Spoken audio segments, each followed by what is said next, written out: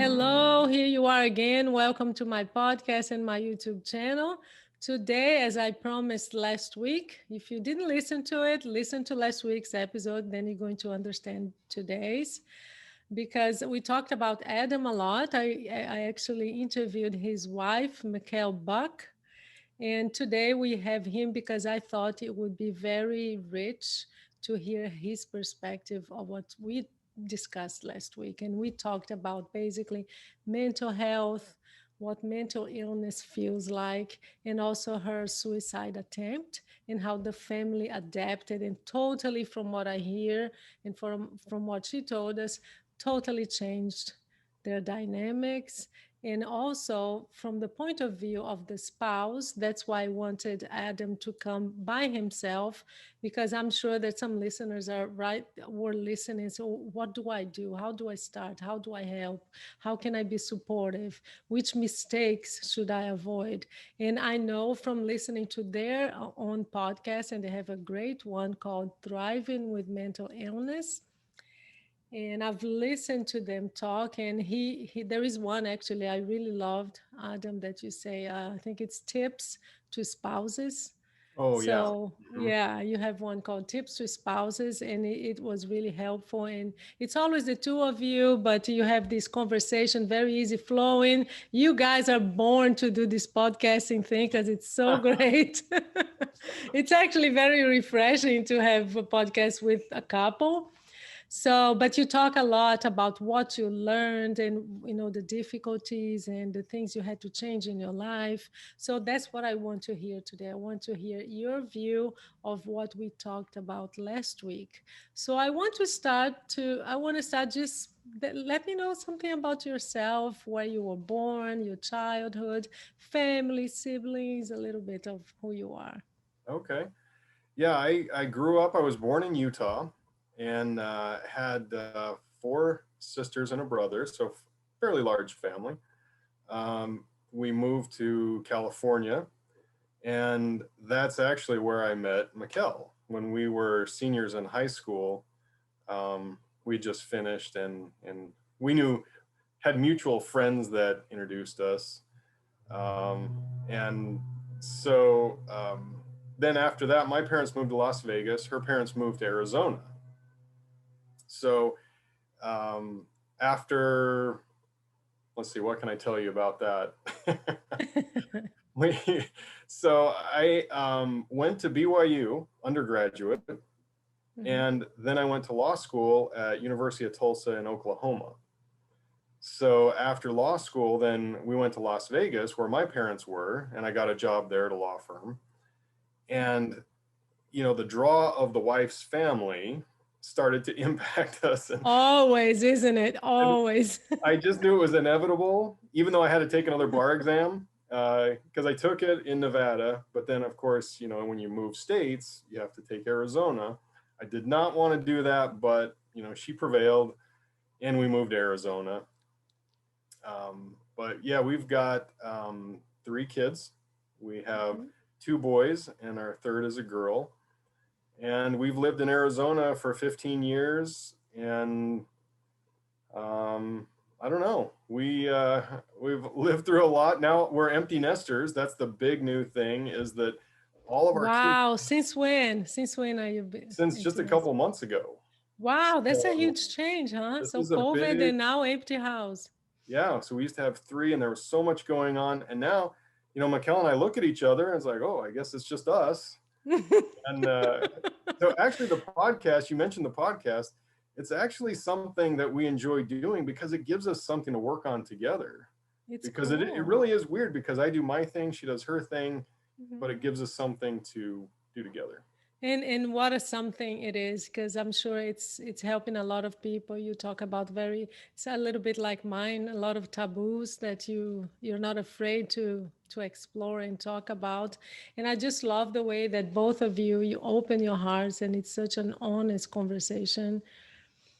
So, can I start talking to you about what happened? And not necessarily the suicide attempt itself, but the changes that it provoked. First of all, when did you notice before that she was struggling or that she was having some mental health issues? Because from what she told us, even for her, it took years to notice that that was mental illness because she was Right. such a perfectionist and she wanted to do a lot and she was very busy, and it sounds like you were very busy too. So were you a perfectionist too?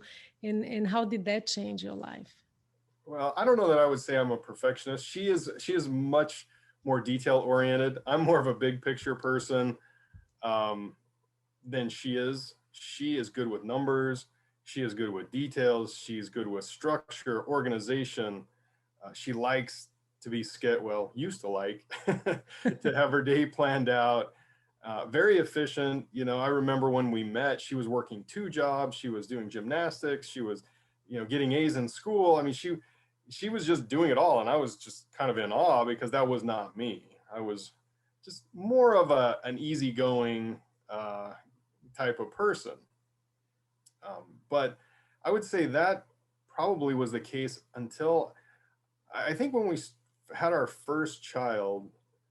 She was working full time, and we were dropping our son off at daycare, and that was really hard for her. And I'm sure a lot of moms can relate to that. It's just that tension of having your career and being a mom, and that was tough. And then when our second son came along, just financially, it just Mm, didn't make sense to have two of our kids in daycare with the money she was making. We're like, what are we doing? So then she really transitioned from working to being a full-time stay-at-home mom, which was a big change.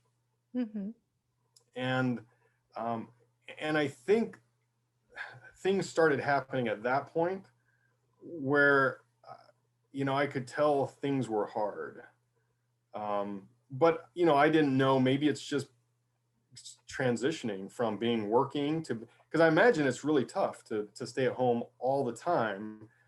Because I get out, I go to a job, I do other things, talk to people, and so I didn't know how much of it was attributed to that and how much was maybe a mental health thing. mhm. um, and so I don't know, it was and I think she probably, I don't know if she talked about it. She certainly talked about it on the podcast where a friend of hers, her husband worked for a drug manufacturer as a salesperson. Mhm. And he knew, I mean, she was good friends with his wife, and they had had a lot of conversations about just how she had no energy. She wasn't able to do things like she used to. Something was very wrong, and so he said, why don't you look into this? And I think that's really what started the ball rolling. Like, this is a mental health situation, not your average, ordinary thing. So it wasn't like, oh, you're not just tired, right? This is Right. something else. Yeah, it's something else. And, when she was expecting our third child, there were times where she couldn't even get off the couch.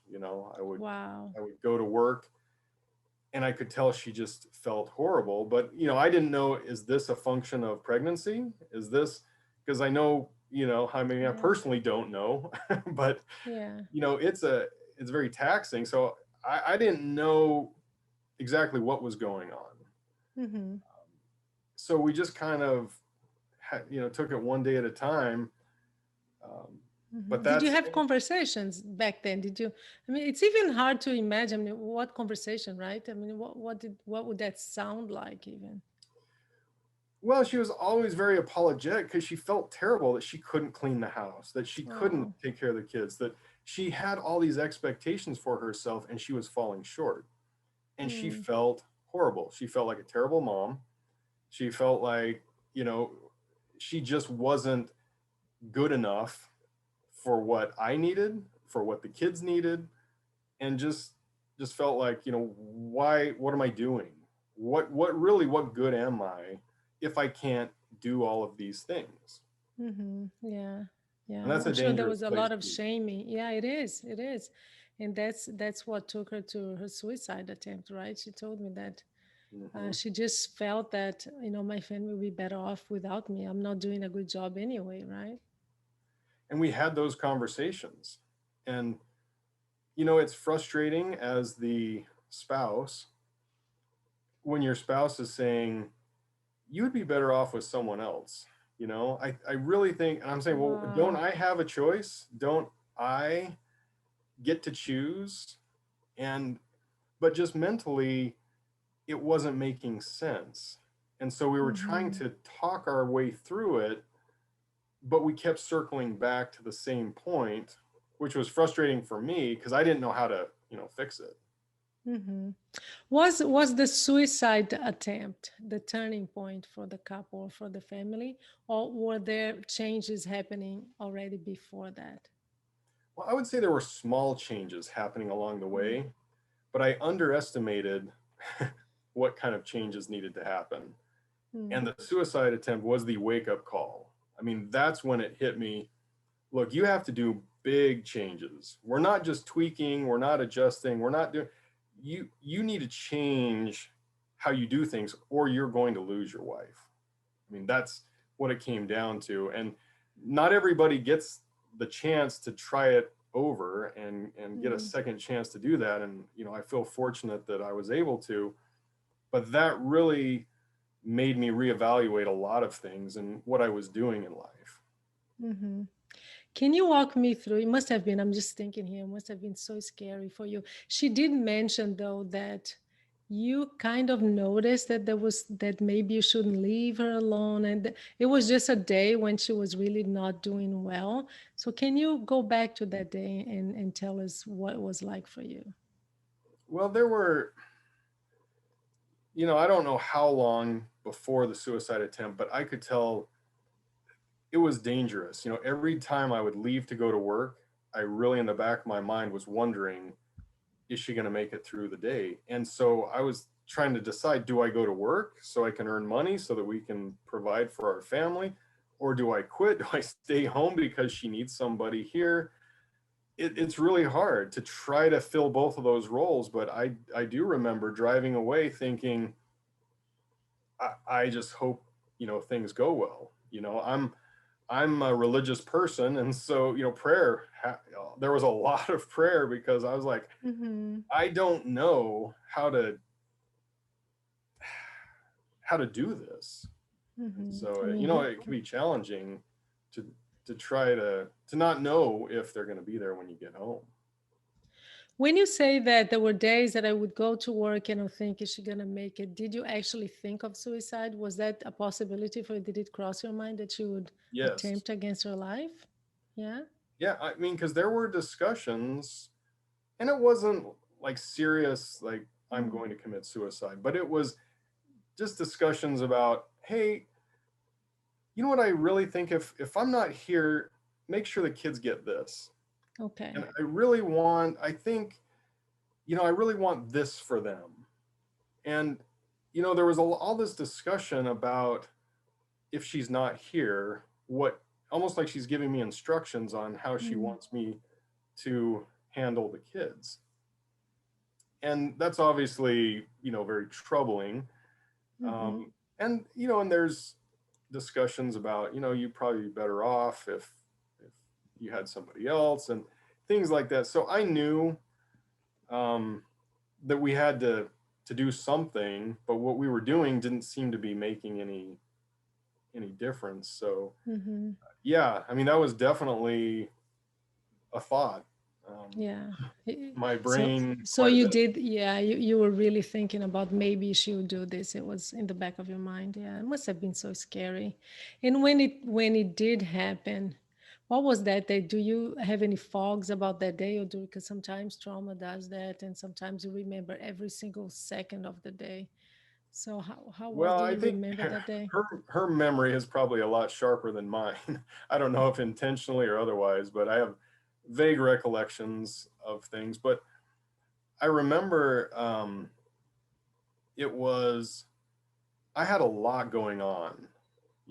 I had a lot of appointments, I had a lot of things scheduled, and she was saying, hey, I need to slow down. can we take a break?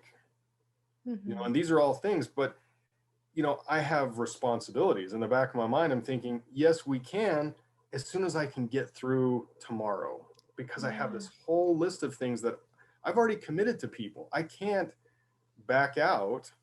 I can't just flake on people and say, oh, sorry, I can't do it. So in my mind, I had things that could not be canceled. Mm-hmm. And so I said, yes, we will. But, let me just get through tomorrow, and then we'll address it.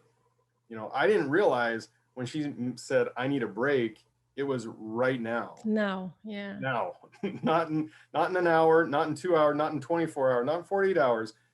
It's now. And that's something that I didn't understand before, is when she needs help, it's she doesn't really ask for help, never really has, because she's Mm-hmm. been very Yeah. self-sufficient, very independent, so she doesn't like to ask for help. So when she was asking for help, in her mind, it was this big, cry for help, and I wasn't hearing that. I was hearing, yeah, we need to take a break, we need to slow things down. And I said, yeah, I agree.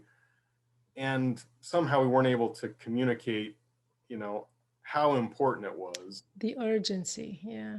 the urgency. And I think part of me, I was not willing to cancel these things that I had committed to, because Mm-hmm. you think they're so important, work, Yeah. you know just these things that seem so important, really aren't, but in my head they were. And and so I remember saying, okay, yeah, but I just need to do this. And I remember coming home after I had done all that stuff, and I went up and I talked to her, and I could tell she wasn't. I mean, she was really in a bad place, Mm. but I had no idea what to do. Yeah. Um, so I'm like, all right, well, I'll just stay with her. I don't know what to do other than just kind of make sure I don't go very far. Um, and so I just decided to go downstairs, and a few minutes later, I just I knew I needed to go back up. That something Mm. just wasn't right, and so I went back upstairs, and she had taken some pills, Mm-hmm. and then it all came to light. Wow. This is Yeah. happening. This is really happening Scary. right now, Mm-hmm. and now you've got to do something. And Yeah. Yeah, you're talking about how you had all these things and they were important, right? They were important. I thought I shouldn't. I had committed to people, and it's one of the things that COVID showed us, right? That all those things that you used to do, they're not really that important. You can live without them, hmm right? And from what she tells me, and from what I heard from you too, after that, everything changed. So, what changed for you? I would like to hear you about the challenges, the things were difficult for you to change, the ones that not so much. But it sounds like the whole family had to change and adapt to a new life. So, what was that like for you? well, the big change is I started to realize that I had to slow down too. It's not just her. Like, we're connected. And Mm-hmm. I didn't realize that before. I thought I could, if I had energy, I could go fast. If she was struggling, then I could just let her go slow. And that's not how it works. She needs me to be by her side, going at her, we're jointly doing this together. And so I guess that's one thing I realized, is that we are connected. We're not just independent people out there, can do whatever we want at our own pace, but we are connected. So that was an important lesson. The other one was that these other things are not important, that I had to, I always thought my wife is the most important thing in my life. I mean, we all say that, right? My Mm-hmm. spouses, they're the most important thing in my life. But My then are family, they? right? My My family, family. Yeah. my family, above all else, my family. We all say that, but I think we're all tested, and I was tested to see if I would put her before these other things, and I failed. It wasn't, I had my breaking point to where, yes, she's important, except if this is going to happen, Yeah. and suddenly I had to, I mean, it was a wake up call to me that even though I was saying that, maybe my actions weren't backing that up. And so I think I've, tried to incorporate that really when she needs help, I will cancel anything and just Hmm. apologize to people, but I don't care. I don't really care what they think as much as what she thinks now. Hmm. I love that you say that. It's actually one of the things I learned with you guys is the concept of energy budget. Right? Because the Right. energy budget is the couple's energy budget. It doesn't help if I need to rest and if I need to slow down and you are accelerated, it doesn't really happen, right? Right, because it affects, for some reason, if I'm not slowing down, she still feels stress and anxiety Mm-hmm. because we're not doing it together. So Mm-hmm. that to me, it's really important. Canceling things, that was another thing that I learned. Um, Mental illness. I know that you said I needed to stop back then and really learn about mental illness because I didn't have a clue. So what would you say to someone, a spouse or a friend or it can be a daughter, what do they need to learn that to you now it's so clear that you already went through this? What would you say to them about mental illness? One of the things you say, and I want to read that because I loved it, I actually wrote it down when I listened to it. You said, sometimes mental illness can overtake the marriage and your view of your spouse. Remember, mental illness is not the person. I love that. yeah, that's because it can be it can take up a lot of mental exertion.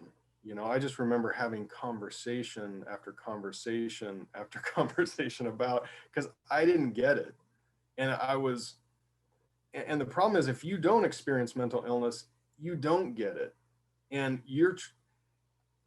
I don't know, it's just hard to explain. I think the thing that I would say is you have to acknowledge that you don't get it, that they're dealing with Mm. something that you don't understand. I think that's the first thing. I think, when you say, oh, yeah, I know how you feel because I've been sad before and I've done this. And I just learned this is a different animal that I have never fully experienced to the extent that she has.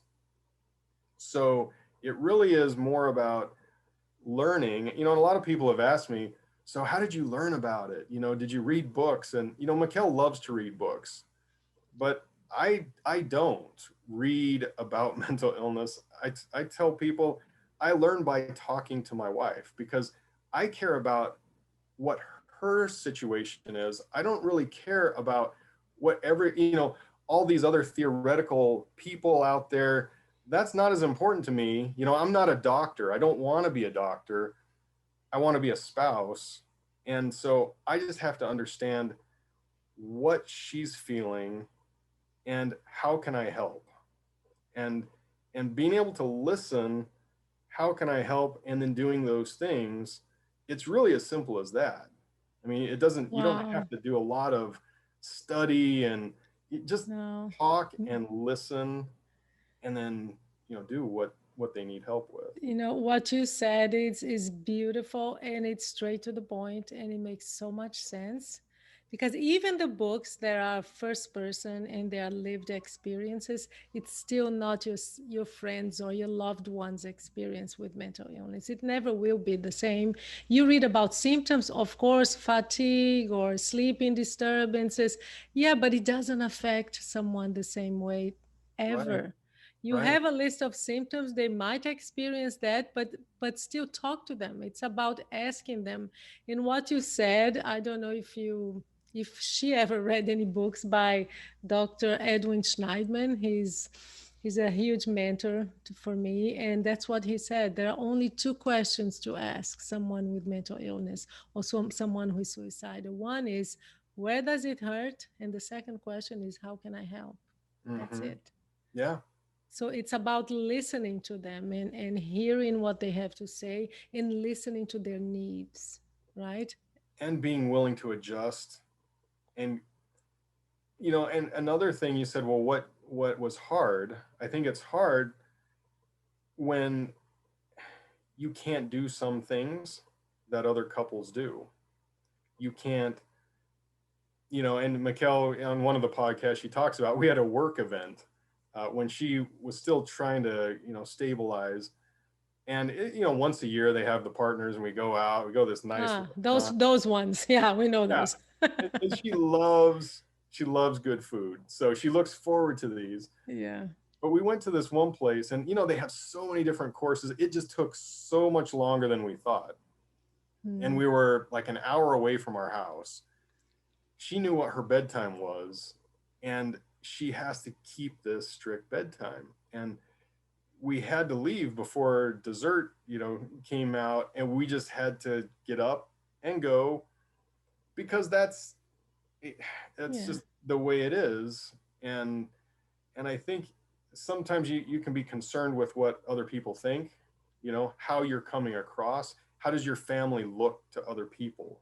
Mm-hmm. And I think Mm-hmm. I got to the point where I just stopped caring. When you have something that close, where you had a near death experience, Yeah. you're Yeah. like, all these things Screw it. suddenly. Yeah. So, I guess the reason that we, and what, I want to talk to people about, is don't get to that point where I got to have your wake up call, Mm-hmm. and I knew, I kind of had suspicions, but I underreacted until it got to a point where it forced me to make changes. And that's Mm-hmm. that's a sad situation. And Yeah. hopefully we can make changes before we get to that point to prevent it from happening. Because Mm-hmm. I could tell something we were going a certain direction. I just didn't know how to change. Yeah. Yeah, but also this is something else that you said too. Illness is hard, and you're going to have to make changes. You're going to have to adapt and be willing to make sacrifices, basically. But as you said, and I listened to you, you said it can also be a catalyst for your relationship, right? Can Well, change it for the better. And did it happen to you? How do you see that? yeah. So, I mean, I should add that a lot of times you think that these changes, you're like, oh, we can't do that. And we can't do that. And there's all these things that you can't do that you wish that you wanted to. Mm-hmm. But what you realize is your life is better. Your relationship is actually better. And, it's sort of like you were mentioning COVID. COVID forced us to simplify, to Slow slow down. down. Yeah. And we're finding that some things we're doing, we actually enjoy better than the way we were doing them before. And that's what Mm-hmm. happened to me. We were going fast, we were doing all these things, we thought this is the best way to do it. When you slow down, you cut things out, you connect with your spouse more, you're on the same page, you're going the same speed, you're listening to each other, suddenly the relationship is better, which makes every part of your life better. And Mm-hmm. so it's kind of a leap of faith to do it, because you think your life's going to be worse, but it Yeah. actually turns out to be better because you're focusing on priorities. and Mm-hmm. and if your spouse or your family is the highest priority, maybe, like I was, we're not consistent with those beliefs. Yeah, yeah. Live. There's an author that I love, Mary Pfeiffer, and she says, "Live the life you preach." Hmm. Right? Because as you said, it's easy to say my family comes first, and then you're workaholic, and all you do is work, and you're absent. You're never home, but your family comes first. Right? Right, right. We know Yeah. it. We want that to be true. And for me, this forced me to align my beliefs with my actions, which in the long run is a good thing. It's a positive thing. Yeah. Well, before we finish, I want to hear we talked about family. How did that affect your kids? And how, because I'm sure these are very hard conversations to have after, especially after the suicide attempt. What were these conversations like? And what did it change within the family dynamics and the way you communicated with your kids? Our oldest was probably the only one that really knew what was going on. I'm trying to think how old he was. Maybe 8, 9, something like I that. think she said 8. Was he 8? Okay. I think so. And the other ones, I don't think they really understood. Mm, Um, they knew that mom was sick and she wasn't feeling well, and so we're mm-hmm, gonna have to pick up some things. And they saw that she spent a lot of time on the couch and she didn't have a lot of energy, and so they knew, but I don't think they knew. Um, but our oldest really kind of stepped up. And the interesting thing, we were just talking to him. He's now married. He got married in April, so he's our first to get married. mm-hmm, So they were just visiting over Christmas, and we were talking to him about his thoughts. And he remembered that. He's like, well, I just knew mom was sick and she needed help, and so he just decided he was going to do things around the house to help mom. mm. Oh. And which is interesting, because Mequell felt bad that she wasn't doing all of these things. Mm, But here's a situation where your 8-year-old feels, through love, to do these things around the house, to do that's dishes, beautiful. It's to beautiful. Yeah. to pack his own lunch, to make breakfast for the other kids. He's doing all of these things, and it's like, as a parent, that's exactly what you want to teach your kids. Mm-hmm. But You step sometimes, up, right? You step up right, for those you love. Yeah. and so sometimes almost being too able is a crutch to your kids.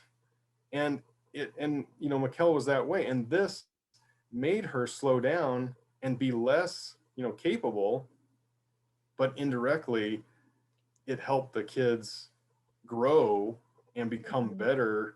And of course, I mean, if you have a choice between them cleaning their room because you told them to, or them cleaning their room because they can see you're having a hard day, and they know that that would be helpful to you, you just want it to come from within, as opposed Yeah. to a directive from the parent. And so we Mhm. saw that. And so, I mean, it's not that it's all wonderful and rose colored Of glasses, but there's course. Yeah. always silver linings in the middle of all of it. And you have to look at those Mm-hmm. because they're there.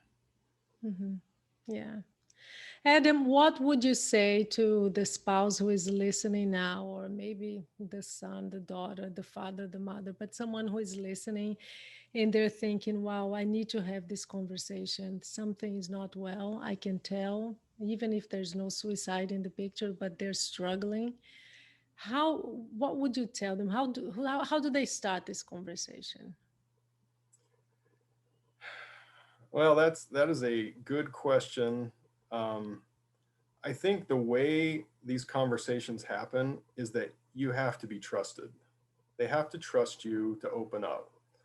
And if, when they open up, your reaction is poor, or you critique, you criticize, you judge, you dismiss, you Minimize. you minimize, all that, I guarantee you they will shut up, and that will be the end. And you'll say, well, why aren't they talking to me?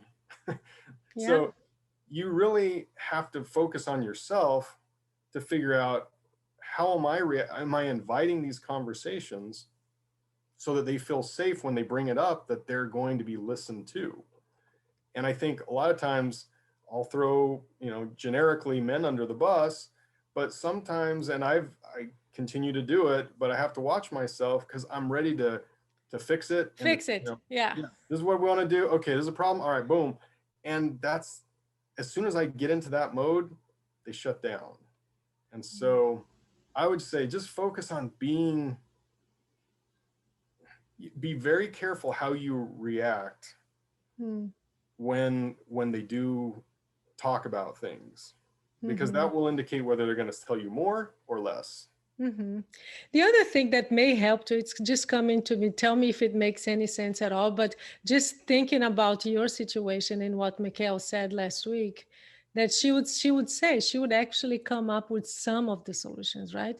We need to slow down, you need to cancel things, I'm tired, I can't do this. So they do verbalize it, but are you willing to listen and take Or action? do you say, yeah, that's a good idea, but that doesn't work for me because, and so now I'm trying to modify, thinking that I know a little bit better about how we could do this, instead of Mhm. when she says, I need you to cancel, and so I cancel. And it's hard because you don't know if you really have to, because sometimes it is extreme. And so, Mequell and I have talked about on our podcast, we started implementing on a scale from 1 to 10, how important is this? Because For sometimes, both, right? For for me to both, rest and for you to go. right? And so if she says, it would be really nice if you stayed home tonight, instead of going to your whatever. I would say on a scale from 1 to 10, how important is this? If it's like an 8, 9, or 10, I'm canceling. Forget it, it's yeah, it's canceled. Yeah, but sometimes she's like, well, it's like a 2, maybe a 3. So if you can, it would be nice. Um, because you need to be able to communicate how important this is. And I think that's what we were missing in the beginning. Mequell was saying it, but I wasn't hearing it as a 9 or a 10. I was Hmm. like, okay, yeah, we can address that, and yeah, we should talk about that. Hmm. And it's like urgent. This is crisis. We need to do it now. That's a great tip, to 0 to 10. So you can, both of you, see how important it is for me or for you, and we see which one, which one is the best option today, at least today, right? Right. So listen, not judge.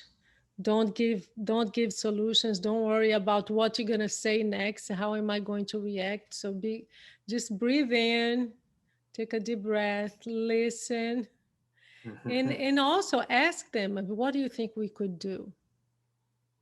Because they will know what their needs are. Yeah. Chances are they do, but they don't feel either that you listen, or that you're not ready, or even that this is something that happened to Mequell, right? That they are burden in your life, so they don't want to be. Now, one other thing that we haven't talked about that I feel strongly about is getting medication right, because Hmm. I've seen situations where you can talk and talk and talk, and it I mean, to me that was the most frustrating part, because if mentally they're not at a certain point, none of it is going to be No, productive. And that's a that's where great point. I realized. And so what we found out, when you start to adjust medication, at least it lifts the weight enough so that Stabilizes. rational thought can prevail, and we can talk about real things. Because a lot of times when they're not stable, and the weight is too heavy, Mequell calls it the funhouse mirror. What they're seeing is not reality. And Mm. so it's like There's what too they're much seeing. of a disconnect, right? Right. Yeah. And so, I would just say, if there are couples that are just feeling like they're in that circle where I was, where they're talking, but you're just not making any progress because they're not able to, Or you know. even if you're listening, if you're making the changes, you're canceling the things, and they're still in a bad place. That's a Mhm. great point that you bring, and I can give you my personal view on that. It happened to me. But at the time, I felt the symptoms. I knew I wasn't okay, and I just got all the hormone tests and blood tests out of the way. But I knew that I was definitely not well, until the doctor, I got the diagnosis for depression, and I took medication for, it was a little bit, 10 months, maybe it was less than a year, just enough for me to be stable, go back to my normal life, stabilize. And then from that point on, I stopped. And that was like 13 years ago. And Yeah. I never needed medication again, but that doesn't mean you won't. You might need for Yeah. longer, or you might need to continuously, sometimes change the medication, tweak the dose. But it's a great point that you bring, because sometimes without the medication, nothing you do will be enough. Yeah. And I really attribute a lot of our success to competent psychiatrists and getting medication, because I've seen it where you have a spouse that you love so much that is operating at like 10% of their capacity. They're Mm, they're just okay. not themselves. It's the saddest thing to see, to live that type of life. And then you see when the weight's lifted, all of their talents and abilities and their personality, and They flourish again. it, Yeah. yeah, that it's there. So just don't doubt it's still there. It's just Yeah. kind of being squashed at the moment, but as soon as you can get Clouded. it lifted, Yeah. it'll all come back. So, don't lose hope. It's there, but just Mm-hmm. keep working on it, Yeah. and it's worth it. Adam, thank you so much for all this. Thank you to you. Thank you to your family for opening up and being so honest and giving two different perspectives on this. And I want to end by reading something you said, and it's about marriages and the impact that this all this mess had on yours. But this is something that you said. Good marriages are not those with absence of challenges, but the ones that are able to work through them.